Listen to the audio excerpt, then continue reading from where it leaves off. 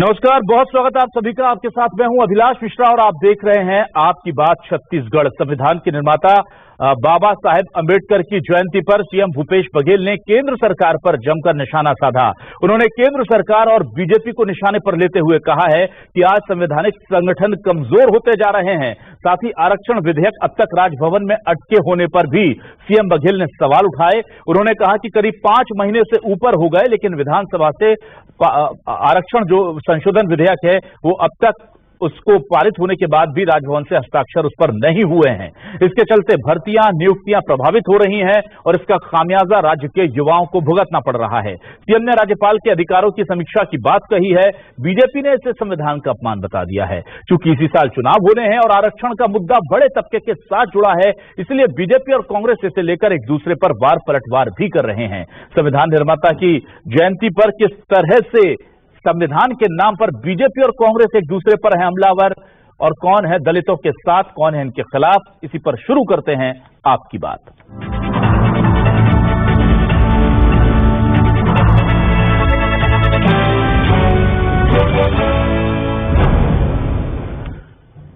CM Bhupesh Baghel ने आज साफ तौर पर आरक्षण को लेकर बीजेपी पर निशाना साधा। राजभवन की तरफ इशारा करके कहा कि जानबूझकर अटकाया गया। उन्होंने यहां तक कह दिया कि राज्यपाल की अधिकारों की समीक्षा होनी चाहिए। एक तय सीमा तो होनी चाहिए कि वो जो विधानसभा है उससे पारित विधेयक को कितने वक्त तक रोक सकते हैं। मतलब सीधे तौर पर अधिकारों को लेकर समीक्षा करने तक की मांग वो कर रहे हैं। साथ ही साथ वो साफ तौर पर यह भी कह रहे हैं कि संविधान का अपमान लगातार बीजेपी कर रही। सुनिए। वर्तमान केंद्र की सरकार है, लगातार संविधान में जो व्यवस्थाएं हैं, जितनी भी संस्थाएं हैं, सबको कमजोर करने का काम किया जा रहा है। आज देखिए, आरक्षण की बात करते हैं, आरक्षण लागू नहीं होने दे रहे हैं। जिसको जितना मिलना चाहिए वो हो नहीं रहा है। सारी भर्तियां बंद है। जितने भी संवैधानिक संगठन है उसको ही कमजोर किया जा रहा है, जिसमें हमारे न्यायपालिका को भी प्रभावित करने की कोशिश की जा रही है। जितने भी गैर भाजपा शासित राज्य हैं, राजभवन की जो भूमिका है उसकी समीक्षा होना चाहिए। आखिर किसी बिल को कितने दिन तक रोका जा सकता है? जो ऐसे बिल जैसे सीधा जनता जुड़ा नहीं हुआ उसमें यदि कर रहे हैं तो समझ आता है। यदि वो कंकरेंट लिस्ट में है और उसमें यदि राष्ट्रपति के पास भेजा जाना है तो एक अलग बात है। लेकिन आरक्षण तो विशुद्ध रूप से राज्य का विषय है और उसमें राज्यपाल 4-4, 5-5 महीने तक के रोक के बैठे तो यहाँ के जो छात्र छात्राएं हैं, यहाँ के नौजवान युवक युवती हैं जिसको कॉलेज में भी एडमिशन लेना है और नौकरी में भर्ती होना है, उसको यदि रोका जाता है तो निश्चित रूप से इस बात की समीक्षा होना चाहिए कि आखिर किसी बिल को कितने दिन तक रोका जा सकता है। वहीं बीजेपी क्या कह रही है और संविधान को लेकर या आरक्षण को लेकर किस तरह से वो कांग्रेस पर हमलावर है, ये सुनिए। आप मुख्यमंत्री बने हो और आप उसी संविधान के ऊपर में प्रश्न चिन्ह लगा रहे हैं। क्या ये संविधान और राज्यपाल जी के अधिकार आपकी सुविधा के अनुसार होंगे क्या? ये बोलने का आपको अधिकार नहीं है और आप तो संविधान का अपमान कर रहे हैं। और आइए देखते हैं हमारे आज के सवाल क्या हैं। हमारे सवाल आपको दिखाते हैं और फिर इस डिबेट को हम आगे बढ़ाने जा रहे हैं। संविधान निर्माता की जयंती पर सियासी शोर, क्या संवैधानिक संगठन हो रहे हैं कमजोर? सबसे बड़ा सवाल तो यही है। सीएम बघेल का आरक्षण को लेकर वार विधेयक रोकने का कब तक का है अधिकार? राज्यपाल के अधिकारों की समीक्षा पर घमासान। बीजेपी बोली यह है संविधान का अपमान। ये जो मांग की गई है समीक्षा की, बाबा साहब की जयंती के बहाने छिड़ी जंग, चुनावी साल में आरक्षण को लेकर तेज सियासी रण। इसी पर आज हम बात करने जा रहे हैं अपने खास मेहमानों से। हमारे साथ इस वक्त 3 खास मेहमान जुड़े हैं। मैं आपका तारुफ करा देता हूं। कांग्रेस से वरिष्ठ नेता प्रवक्ता नितिन भंसाली साहब हमारे साथ जुड़े हुए हैं। नितिन जी, बहुत स्वागत करता हूं आपका हमारे इस खास डिबेट शो में। बीजेपी से वरिष्ठ नेता प्रवक्ता नरेश गुप्ता जी हमारे साथ जुड़े हुए हैं। नरेश सर, बहुत बहुत स्वागत है आपका। और आज हमने अश्विनी दुबे जी को बुलाया है जो कि सीनियर एडवोकेट हैं सुप्रीम कोर्ट ऑफ इंडिया से। बहुत बहुत स्वागत है अश्विनी आपका भी। सबसे पहले मैं नितिन भंसाली जी आपके पास आता हूं और आपसे यह जानना चाहता हूं कि संविधान अधिकार देता है राज्यपाल को और आज अंबेडकर जयंती पर उन्हीं राज्यपाल के अधिकारों की समीक्षा की मांग की गई है। क्या वाकई में आपको लगता है स्थिति इतनी खराब है कि अब संविधान में संशोधन कर राज्यपाल के अधिकारों में कटौती कर दी जाए? देखिए, ये संविधान बाबा साहब अम्बेडकर ने बनाया था। जिस प्रकार देश का माहौल है, इस माहौल में देखिए लगातार संवैधानिक संस्थाएं जो है उनको खत्म करने का काम लगातार भारतीय जनता पार्टी की मोदी सरकार द्वारा किया जा रहा है। निश्चित तौर पर राज्यपाल के पास यदि कोई विधेयक जाता है तो उसकी एक टाइम लिमिट होनी चाहिए कि भाई इस पे इतने समय में विचार कर लेना चाहिए या हस्ताक्षर करना चाहिए। देखिए, विधानसभा में सर्वसम्मति से यह आरक्षण का विधेयक पारित हुआ, जिसमें भारतीय जनता पार्टी के भी विधायक थे। सर्वसम्मति का मतलब है कि सारे लोगों की सहमति से यह विधेयक पारित होकर पास होकर गवर्नर मैडम के पास आया। तब गवर्नर मैडम थी अनुसुईया उइके जी थी महामहिम। अब यहां पर आने के बाद भी आप देखिए कि नियम ये कहता है अभिलाष जी कि यदि आपको इसमें कोई क्वेरी है तो आप उस विधेयक को ही रिटर्न कर दीजिए विधानसभा को और क्वेरी लगा के भेज दीजिए कि भाई इसमें ये कम ज्यादा है तो ठीक किया जा सकता है। पर नहीं, यहाँ ऐसा नहीं हुआ। यहाँ पर न जाने किस दबाव में विधेयक विधानसभा से पारित हुआ, पर सवाल जो है वो विभागों से पूछे गए। 10 सवाल पूछे, 10 सवाल के जवाब भी राज्य सरकार ने गवर्नर हाउस भेज दिए। फिर किस चीज का अड़ंगा है या आप देखिए, प्रदेश में युवाओं के, छात्र के, छात्राओं के भविष्य के साथ खिलवाड़ जैसा प्रतीत होता है और भारतीय जनता पार्टी इस मुद्दे पर राजनीति कर रही है। थोड़ी भी नैतिकता, थोड़ी भी यदि संवेदनशीलता हो तो भाजपा के लोगों को भी जाकर राज्यपाल हाउस में जाकर, गवर्नर हाउस में जाकर ये निवेदन करना था कि प्रदेश के भविष्य का सवाल है, आप इस पर निर्णय लीजिए। पर इन्होंने ऐसा नहीं किया और राजभवन को राजनीति का अखाड़ा पूरे देश में बनाया हुआ है। संविधान के निर्माता का आज जो है वो जन्म दिवस है। बहुत दुख के साथ ये कहना पड़ रहा है कि लोकतंत्र और संविधान इस देश में खतरे में। ठीक है, मैं आता हूं नरेश गुप्ता जी, मुझे ये बताइए, ये बार बार कहा जा रहा है कि पहले कहा गया था राजभवन की तरफ से कि उसे जल्दी पारित कर दिया जाएगा उस विधेयक को, फिर उसमें 10 सवाल मांगे गए, जवाब उनके, और उन सवालों के जवाब भी अलग अलग विभागों से मांगे गए, उसका भी हम इंतजार करते रहे लोग। फिर जब वो जवाब पहुंच गए तो अब उसे होल्ड पर डाल दिया गया है। क्या जवाबों से संतुष्ट नहीं? देखिए, ये तो अधिकार तो है राज्यपाल का कि वो किसी को जवाब दें ना दें, ये संविधान में उनको अधिकार दिया गया है, लेकिन जनता के प्रति भी कहीं ना कहीं जवाबदारी है। तो क्या वजह है, कम से कम ये बता दिया जाए। और संविधान में संशोधन कर राज्यपाल के अधिकारों में कटौती की मांग को आप कैसे देखते हैं?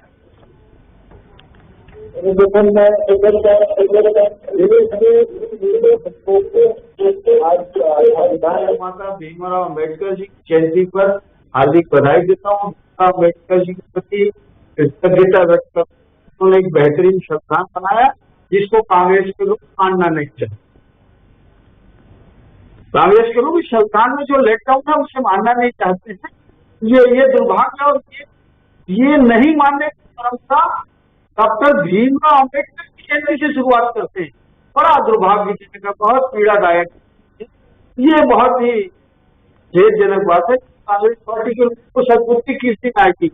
आप उनके बनाए हुए संविधान उसी दिन लगाते हो। आप देखिए, जहां तक है राजस्थान का तो प्रवक्ता नहीं हूं, लेकिन संविधान जो है तो संविधान ने अधिकार किया है के तहत ये सारी कार्रवाई कर रही है। और जहां तक सवाल है 10 का जो उत्तर दिया माननीय इस प्रदेश के नरेश जी, आपका ऑडियो ठीक नहीं है। नरेश जी, मैं आ रहा हूँ आपके पास, आपका ऑडियो में दिक्कत आ रही है, माफी चाहता हूँ नरेश जी, हम इसको दोबारा ठीक करके आते हैं आपके पास। तब तक मैं अश्विनी दुबे के पास आ जाता हूँ। अश्विनी जी, मैं आपसे जानना चाहता हूँ, ये जो बात कही जा रही है कि राजभवन के पास, राज्यपाल के पास अधिकार है कि वो कितने भी समय तक किसी विधेयक को अपने पास होल्ड करके रख सकते हैं। कांग्रेस का दावा यह है कि अगर आप उससे संतुष्ट नहीं है तो आप उसे क्वेरी लगाकर रिटर्न कर दीजिए, या आपको नहीं करना तो आप डायरेक्टली रिटर्न कर दीजिए, पर एक तय सीमा होनी चाहिए कि कितनी देर तक राजभवन में राज्यपाल उसे होल्ड करके रख सकते हैं। आप मुझे बताइए तकनीकी तौर पर क्या सही है? बिल्कुल, देखिए, जब संविधान में तो राज्यपाल वीटो शक्ति दी गई और उस वीटो पावर को अगर हम राष्ट्रपति की बात करें तो अनुच्छेद 111 में और राज्यपाल की बात करें तो 200 में भारतीय संविधान के अनुच्छेद में राज्य विधायिका द्वारा पारित विधेयकों को दी गई सहमति के संबंध में जो राज्यपाल की शक्ति और उनकी अन्य शक्तियां, जैसे किसी भी परिस्थिति में ऐसा लगता है कि राष्ट्रपति को विधेयक के लिए विचार के लिए भेज रहे हैं, उसके लिए आरक्षित कर रहे हैं, ये सब पावर्स हैं। अब जो अनुच्छेद 221 है, 201 है भारतीय संविधान का, वो बिल रिजर्व फॉर कंसिडरेशन की बात करता है। और बिल रिजर्व फॉर कंसिडरेशन में पूर्ण वीटो है, निरोधात्मक वीटो और पॉकेट वीटो है। एक तो पहला हो गया, तो यानी राज्यपाल की शक्तियां किसी भी बिल को अपने पास अनिश्चित समय तक रखने के लिए वो निर्बाध है और कॉन्स्टिट्यूशनली गारंटीड है, संविधान प्रदत्त है। अब हम इसके दूसरे पहलू की बात करें। देश में 13 जजेस ने सुप्रीम कोर्ट की केशवानंद भारती के केस में एक जजमेंट, बड़ा लैंडमार्क जजमेंट दिया, जिसमें उन्होंने संविधान की सर्वोच्चता की बात कही, कानून के शासन की बात कही, न्यायपालिका की स्वतंत्रता की बात की और शक्तियों के पृथक्करण के सिद्धांत पर व्याख्या किया। यानी कभी भी किसी परिस्थिति में जो मूल संरचना है संविधान की, उस मूल संरचना को नहीं चेंज किया जा सकता है, यानी संविधान की सर्वोच्चता है। तो अब यहां पर किसी भी बिल के संबंध में अगर संवैधानिक शक्तियों की बात करें तो वो गवर्नर की शक्तियां चैलेंज जो है नहीं हो सकती हैं। उसका एक ही तरीका है कि पार्लियामेंट अगर कॉन्स्टिट्यूशन में अमेंडमेंट लेकर के आती है और गवर्नर की शक्तियों को कर्टेल करती है, तो उस परिस्थिति में जरूर जो है शक्तियों को किया जा सकता है कि टाइम लिमिट फिक्स किया जा सकता है। अब दूसरे पहलू की तरफ देखें, कुछ दिनों पहले अगर आपको याद हो कि पंजाब में बजट सेशन पास के लिए बजट के लिए सेशन बुलाना था और गवर्नर को बुलाना होता है, गवर्नर वो सेशन बुला ही नहीं रहे थे। पंजाब सरकार सुप्रीम कोर्ट में आई और फाइनली सुप्रीम कोर्ट में डिसीजन से पहले जो है पंजाब के जो गवर्नर थे, उन गवर्नर ने बजट सेशन के लिए ऑलरेडी जो विधानसभा है उसको कॉल कर लिया। तो अब ये परिस्थितियां और शक्तियां, तो सुप्रीम कोर्ट में कई बार मसले ऐसे आए लेकिन उस पर कुछ डिसीजन भी नहीं हो पाया। इसलिए यहां ये अभिलाष भी समझना जरूरी है कि जो गवर्नर की पावर्स है, वो गवर्नर की पावर्स आर्टिकल 200 और 201 में साफ तौर पर है कि वो किसी भी बिल को अपने पास अनिश्चित समय के लिए रख सकते हैं और अगर दूसरी बार एक बार वापस किया फिर दूसरी बार आता तो राष्ट्रपति के पास भी वो कंसीडरेशन के लिए भेज सकते हैं। ये लॉ ऑफ द लैंड है, ये लॉ ऑफ द लाइन है। लेकिन अश्विनी जी, जो कांग्रेस कहती है वो लॉ की तो बेसिक, जो जैसे संविधान की एक मूल भावना है, ऐसे ही न्याय की एक मूल भावना है। और जो नैसर्गिक न्याय है वो ये कहता है कि अगर उस फैसले के कारण राजभवन के कोई बहुत बड़ा वर्ग प्रभावित हो रहा है तो क्या सुप्रीम कोर्ट इसको लेकर के जाकर के उससे चैलेंज किया जा सकता है? आपको लगता है कि सिवाय पार्लियामेंट के संविधान के संशोधन के कोई विकल्प है ही नहीं? देखिए, आधारभूत संरचना का सिद्धांत एक कॉन्स्टिट्यूशन में है और सुप्रीम कोर्ट की लैंडमार्क जजमेंट जो 13 जजेस की है उसमें भी उन्होंने अनुच्छेद 368 संसद को संविधान में संशोधन करने की शक्तियां प्रदान करता है और संविधान की आधारभूत संरचना में बदलाव नहीं किया जा सकता, यही बात कहता है। तो अब इस परिस्थिति में अगर सुप्रीम कोर्ट जाते भी हैं, मान के चलिए, तो बड़े स्पेसिफिक पर्पज के लिए, तो सुप्रीम कोर्ट का जो जजमेंट होगा वो कॉन्स्टिट्यूशन बेंच का जजमेंट कॉन्स्टिट्यूशन बेंच असेंबल होगी और वो साथ ही ये इंश्योर करेगी क्या गवर्नर की जो पावर से जो कॉन्स्टिट्यूशन जब बना उस समय से जो दी गई हैं उनमें किन परिस्थितियों में बदलाव किए जाते और क्या सुप्रीम कोर्ट के पास वो पावर्स है कि गवर्नर को डायरेक्शन दे दे कि आप इस बिल पर डिसीजन लीजिए। ये दोनों बातें इंपॉर्टेंट है, इसलिए अभी तक ये सुप्रीम कोर्ट के सामने ऐसा मसला नहीं आया है।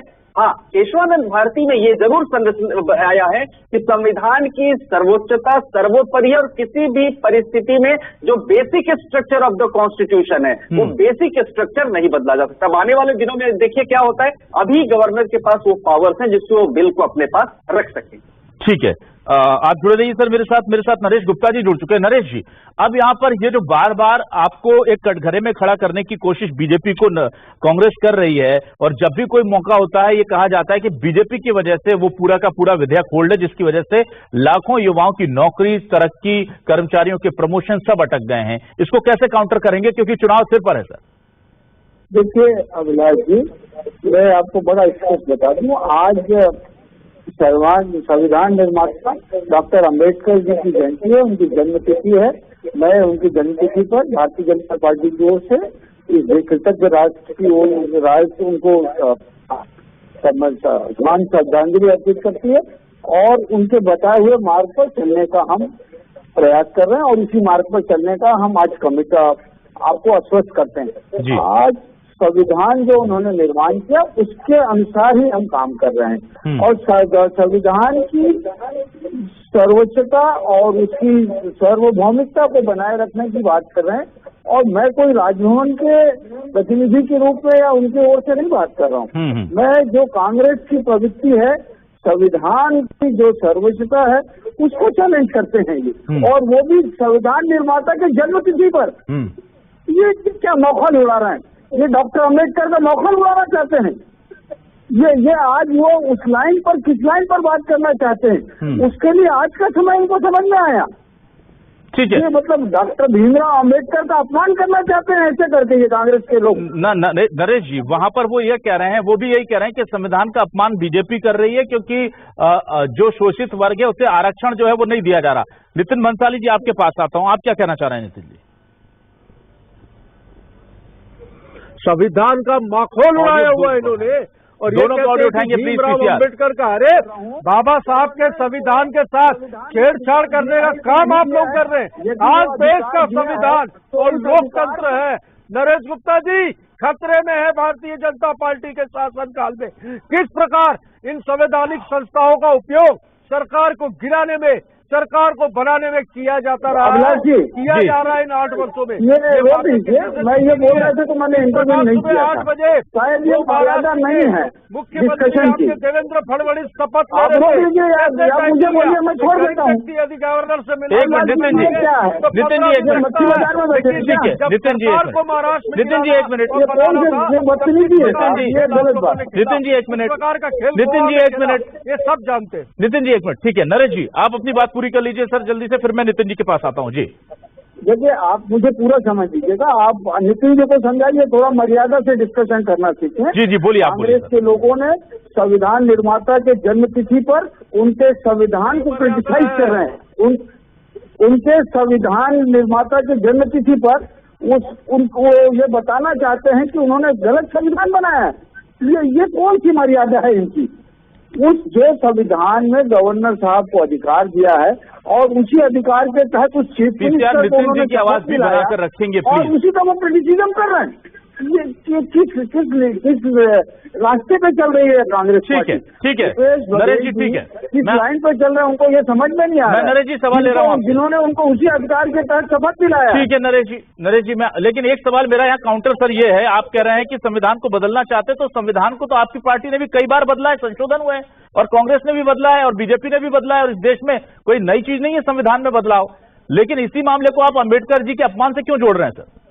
अपमान इसलिए है कि आज यह बोल रहे हैं कि उनको संवैधानिक अधिकार नहीं है, जबकि वो अधिकार दिया हुआ है। ना वो ये कह रहे हैं कि संविधान में अधिकारों की समीक्षा हो। एक मिनट सर, वो समीक्षा की बात कह रहे हैं। अभी हमने बयान सुनाया पर उन अधिकारों का दुरुपयोग हो रहा है, ये बोला। ये अधिकारों का दुरुपयोग नहीं हो रहा है, जो संविधान में अधिकार दिया गया है उसी के तहत गवर्नर साहब इस पर काम कर रहे हैं। नहीं नरेश जी, आप ठीक कह रहे हैं, क्योंकि हमारे साथ जो हमारे विधि विशेषज्ञ बैठे हुए हैं, नरेश जी आपकी इस बात से मैं इत्तेफाक रखता हूँ। एक मिनट नितिन जी आ रहा हूँ, नितिन जी मैं आपके पास आ रहा हूँ। नितिन जी एक मिनट, मैं नरेश जी की बात से इसलिए इत्तेफाक रख रहा हूँ क्योंकि मेरे साथ जो लॉ एक्सपर्ट अश्विनी जी बैठे हुए हैं, वरिष्ठ एडवोकेट हैं सुप्रीम कोर्ट के, वो बता रहे हैं कि संविधान ने उन्हें ये अधिकार दिए हुए हैं। लेकिन हाँ नितिन जी, मैं आपकी चिंता का से भी इत्तेफाक रखता हूँ।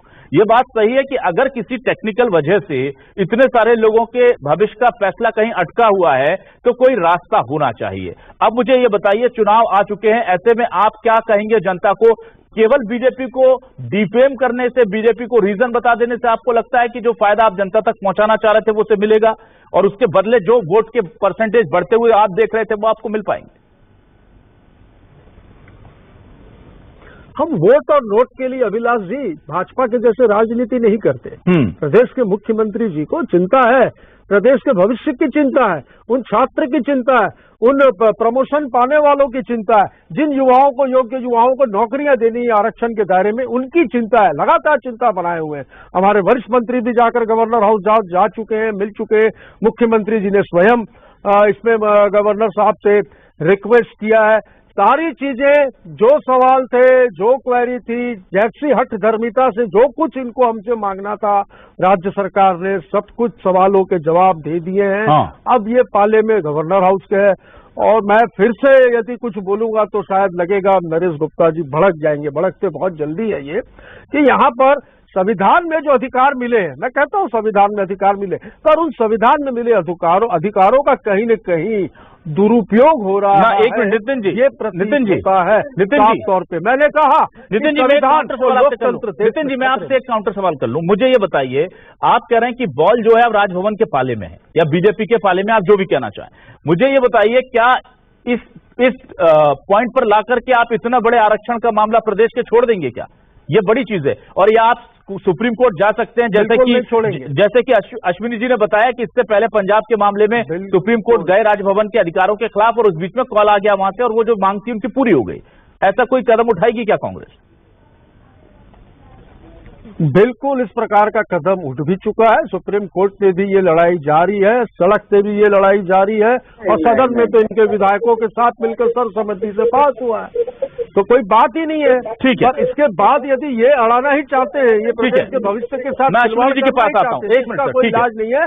पर प्रदेश का युवा, प्रदेश की जनता अश्विनी जी जवाब देगी 2019 के ठीक है। अश्विनी जी के पास आने दीजिए नितिन जी प्लीज। हाँ अश्विनी जी, मुझे ये बताइए, ऐसी कंडीशन में जब करीब 5 महीने से एक विधेयक वहां पर रुका हुआ है और जिसके खिलाफ अपील करने का बहुत वैलिड रीजन राज्य सरकार के पास होगा कि भाई नौकरियों को लेकर रिजर्वेशन का जो रोस्टर है हम फॉलो नहीं कर पा रहे, प्रमोशन में रिजर्वेशन रोस्टर हमारा फॉलो नहीं हो पा रहा, तो अगर इस प्ली को लेकर के राज्य सरकार जाती है तो आपको लगता है, देखिए प्रोसीजर बड़ी लंबी, प्रोसीजर क्या है और कम से कम भी लगेगा तो कितना वक्त लगेगा, क्योंकि 6 महीने के अंदर वहां चुनाव होने हैं छत्तीसगढ़ में।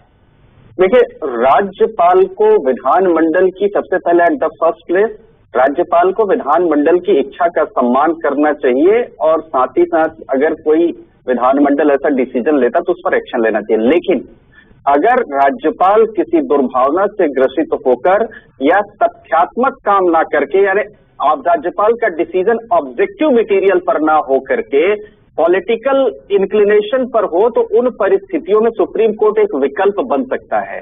और सुप्रीम कोर्ट ने 1962 में पुरुषोत्तम नंबूदरी वर्सेस केरल के केस में कहा एक संविधान पीठ ने कि संविधान कोई समय सीमा निर्धारित नहीं करता है जिसके भीतर राज्यपाल को विधेयकों को स्वीकृति देनी होगी, लेकिन सुप्रीम कोर्ट ने कहा कि राज्यपाल को हमेशा विधायिका की इच्छा का सम्मान करना चाहिए, और उस सम्मान को देखते हुए चलो अब यहां पर अगर मान के चलिए कि मेजॉरिटी के साथ कोई बिल पास हुआ है तो निश्चित तौर पर इस पर कार्य होना चाहिए। लेकिन मैं एक बड़ा इससे आगे प्रश्न करता हूं जी।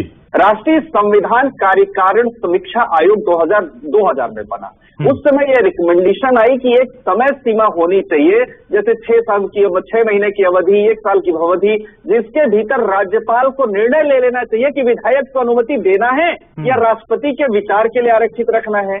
फिर पुंछी आयोग बना, पुंछी आयोग ने भी यही थी, फिर वेंकटचलैया कमीशन बना, लेकिन अब तमाम परिस्थितियों में किसी भी कमीशन की रिकमेंडेशन पर कोई काम नहीं, तो उस समय की सरकारों ने अपने हिसाब से यूज किया और अब की सरकारें अपने हिसाब से यूज कर रही हैं। अदालत कोई जाना नहीं चाहता, क्योंकि अदालती प्रक्रिया में फंस गए तो जो पॉलिटिकल मोटिव है, तो पॉलिटिकल मोटिव सक्सेसफुल नहीं होगा। तो ये सब परिस्थितियां, और मैं समझता हूं कि ये मामला निश्चित तौर पर एक संवैधानिक मामला है, और इस संवैधानिक मामले को लेकर के सुप्रीम कोर्ट का नियम बनना चाहिए, क्योंकि ऐसी परिस्थितियों में बड़े सारे ऐसे डिसीजंस होते हैं जो डिसीजंस जनहित के पास नहीं हो पाते हैं। लेकिन अब यही है कि कोर्ट जाए कौन, बिल्ली के गले में घंटी बांधे कौन, ये सबसे बड़ा सवाल है। इसलिए सड़क न्यायपालिका के सामने ना जा करके सड़क पर मुद्दा उठता रहता है।